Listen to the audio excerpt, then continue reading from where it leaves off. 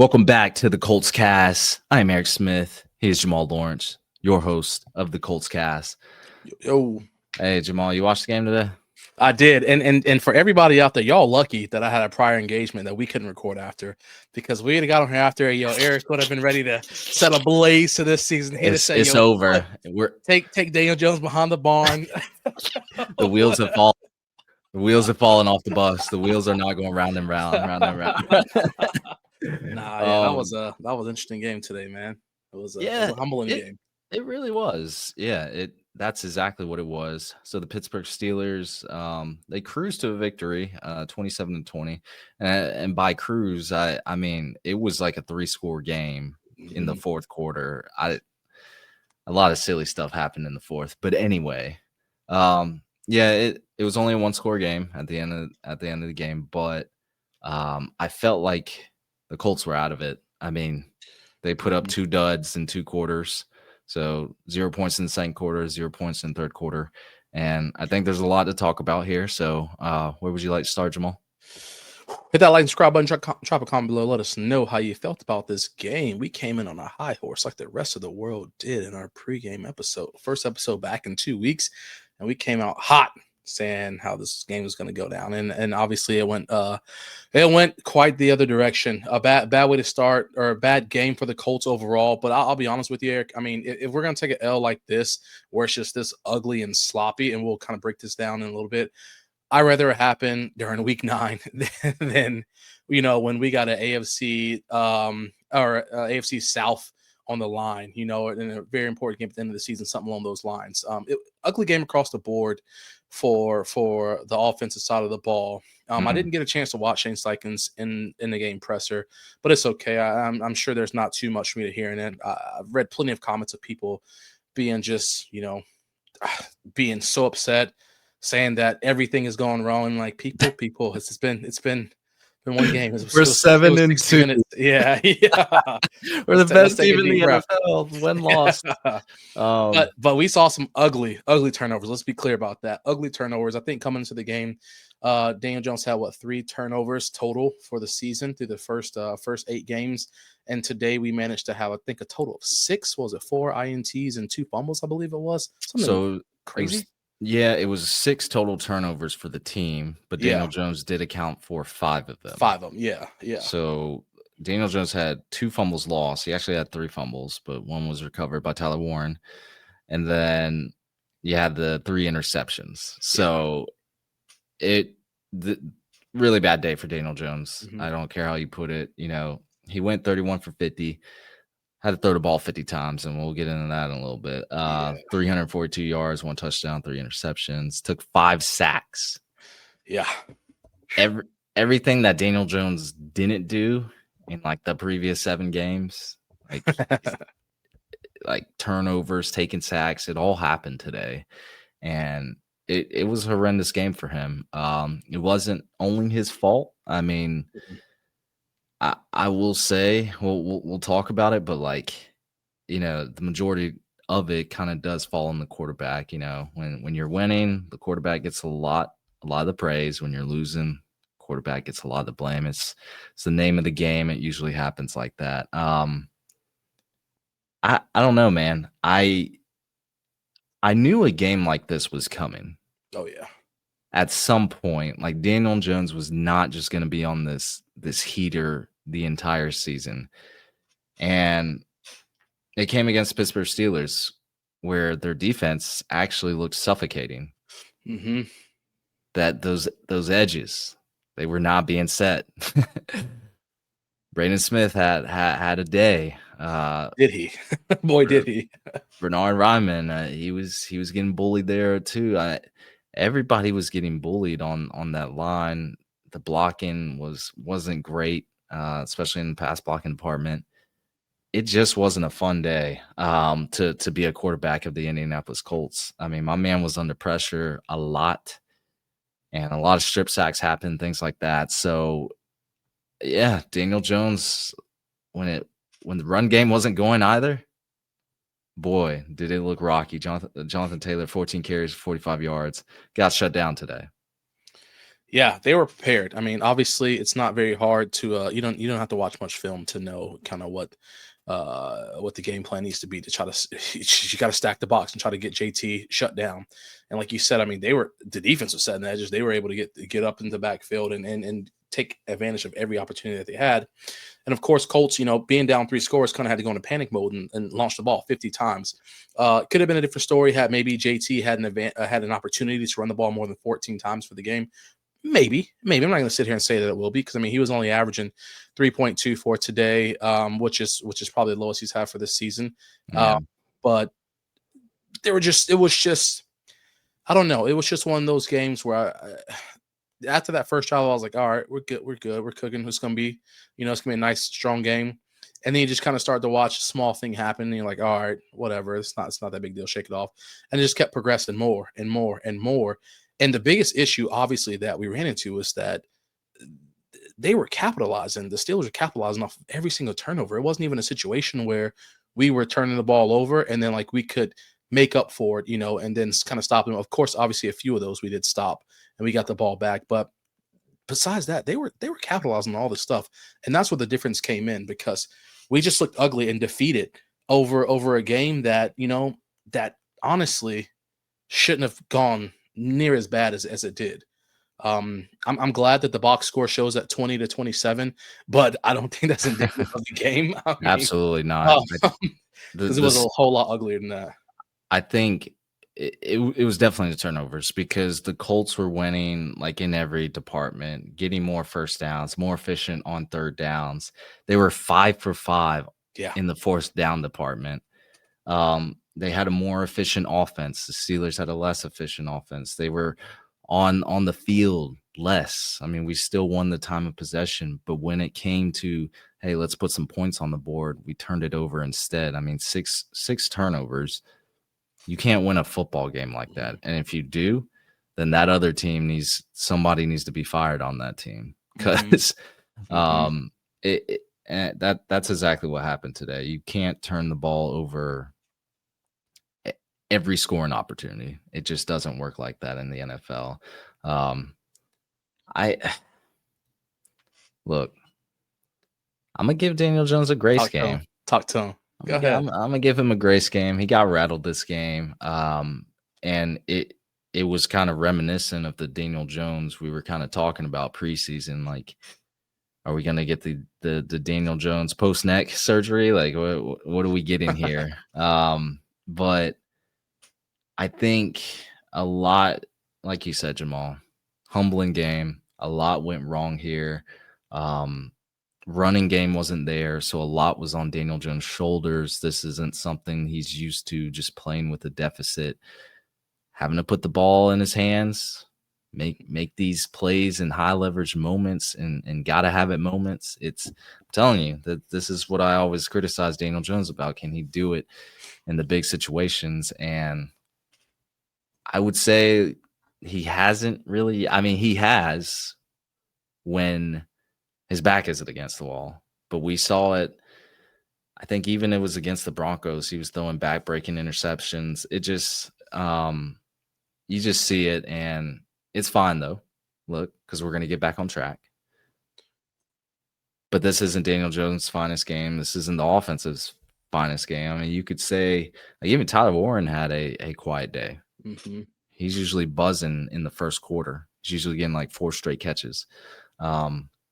But Alec Pierce was probably the talk of the day. A man had 6 catches, 115 yards, did most of his damage in the first quarter, but led the team in targets, something you usually don't see from Alec Pierce. So go ahead and resign that man. Michael Pittman, 9 catches, 115 yards on 12 targets. Wide receiver 1. Shut up. Keep going. Next. Here we go. Josh Downs was making some good grabs today. 6 catches, 57 yards. Had a touchdown. Lone passing touchdown. Daniel Jones did run one in. But other than that, I mean, we had an AD Mitchell sighting.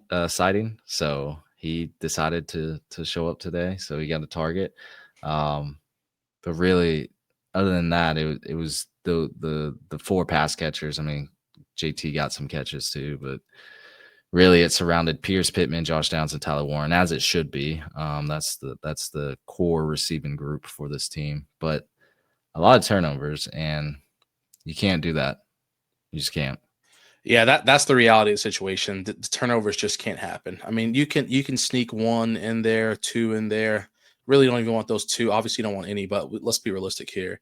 When you get to that six, that 5-6 amount, that's where the wheels have completely just come off the bus, and there's nothing else you can do to get that fixed. That game, there's just really not anything you can do at that point. And once they figured out that we weren't gonna, I mean, they shut down JT. uh we became one dimensional again. The stat line will show 342, of course, like you said, Pierce with the 115, Pittman with the 115, and so on and so forth. But I mean, besides the first quarter for Pierce, some of the stuff was, I mean, for what it's worth, in garbage time when we're down 3 scores, we're having to chuck the ball nonstop. So it's hard to sit here and say that these numbers mean a whole lot for this game, because the turnovers were there. So it made it super hard for this team to even just be a part of it. And it scares me because what scares me most is that if teams can figure out a way to stack the box, to have a bad day for JT, to make JT have a bad day, or make our offensive line have a bad day, then what do we do from there? We got to go into the locker room and figure out what's going on, because clearly panic mode was not the right answer. And it's only going to get harder. The more we play later in the season, it's only going to get harder, especially when we start thinking about the playoffs and how important that's going to be to this team. You don't want this to be something where the teams can just utilize it against you whenever they want to, because people are going to use this film of this game as the blueprint for how to stop the most explosive offense in the league. And if they can figure this out, then we could be in trouble. Again, it's only one game, so I'm not terribly concerned with it. We just don't want something like this to be a situation, or a situation where it backfires on us, come 5 weeks from now. Right. And I they've been stacking the box sometimes in previous games against JT, but the Colts, Daniel Jones, and this offense have been able to take advantage of that. They've been able to make the right reads and get the ball down the field, keep the defense honest. But it felt like this game, those linebackers were quick to jump back. The fakes we weren't selling the fakes well, Mm-hmm. anything. So yeah, I just think when the offensive line isn't performing its best, and Daniel Jones is hurried up, it gets scary, man. Yeah. So I will say, this defense though, what do you think about this defense? I You thought they know, had a no, I agree with what you're gonna say. I thought they had a good day too. Looking at this yeah, this this numbers, I mean, we only gave up 31 rushing yards to Jalen Warren. I mean, Calvin Austin, he had himself a nice little 56 yards or whatever. But more importantly, we talked about DK, and obviously that being wide receiver one for them, and kind of what he could bring to the table. shutdown. Shut down, 6 yards, 2 receptions. I mean, I'll take that all day long. If that's what that means, that Calvin Austin and Darnell Washington get some yards in there, who cares? Who cares when you shut down wide receiver de facto one? Like it doesn't matter to me. So I'll take that any day of the week. Yeah, I felt like, I mean, Jalen Jones and Kenny Moore were doing their thing today. I saw them on DK Metcalf a good bit, but really, I think the standout player has to be Laiatu Latu. Two and a half sacks. He had himself finally. This looks like a breakout game almost. Yeah, he had 6 tackles, 2.5 sacks, 3 tackles for a loss. Hit the QB 3 times. He's back there on Aaron Rodgers. He was really making an impact. And I feel like the defense was getting 3 and outs when it mattered. Like you said, he shut down the running game, the passing game.